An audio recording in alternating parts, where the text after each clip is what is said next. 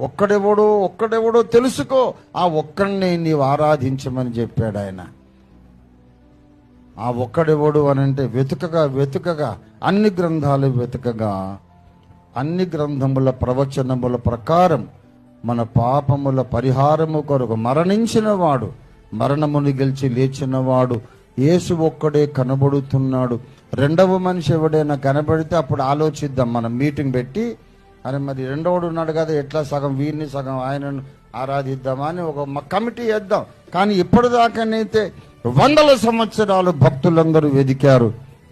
వేదముల ప్రవచనములు నెరవేర్చిన వాడు మానవ చరిత్రలో ఒక్కడే కనబడుతున్నాడు. ఆయన పేరు మరియ కుమారుడు, దేవుని కుమారుడు, కన్య కుమారుడు, ఆది సంభూతుడు, నాద బ్రహ్మము, వాక్యమును పేరు పెట్టబడిన వాడు, మృత్యుంజయుడు, నజరేయుడైన యేసు. దేవునికి స్తోత్రం కలుగును గాక.